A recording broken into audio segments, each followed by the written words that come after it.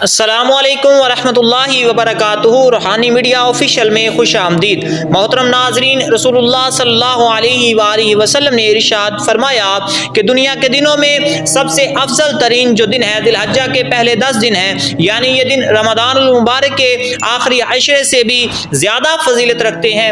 اگر آپ کی کوئی ایسی حاجت ہے جو پوری نہیں ہو رہی، رزق کی شدید تنگی ہے، یا کوئی گھر میں ایسا مسئلہ چل رہا ہے جس کی وجہ سے گھر میں لڑائی جھگڑے شروع ہوئے ہیں، یا کوئی ایسی بڑی پریشانی آ چکی ہے، تو ذی الحجہ کا چاند نظر آتے ہی یہ ایک چھوٹا سا عمل کر لیں، انشاءاللہ دلی مراد پوری ہوگی۔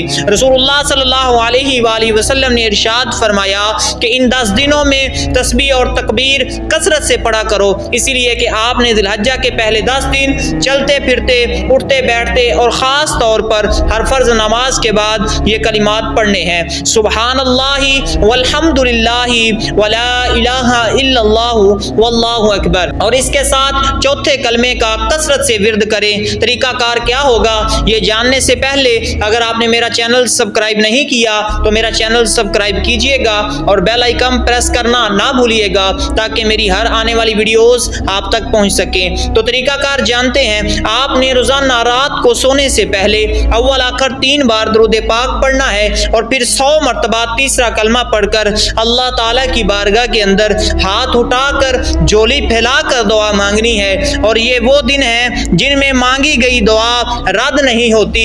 اس مبارک مہینے کی برکات سے خود بھی فائدہ اٹھائیں اور ویڈیو کو لائک اور شیئر کر کے صدقہ جاریہ میں اپنا حصہ ڈالیں۔ مزید مجرب قرآنی وظائف کے لیے ہمارے چینل روحانی میڈیا آفیشیل کو ضرور سبسکرائب کیجئے گا۔ اسی کے ساتھ اجازت دیجئے گا۔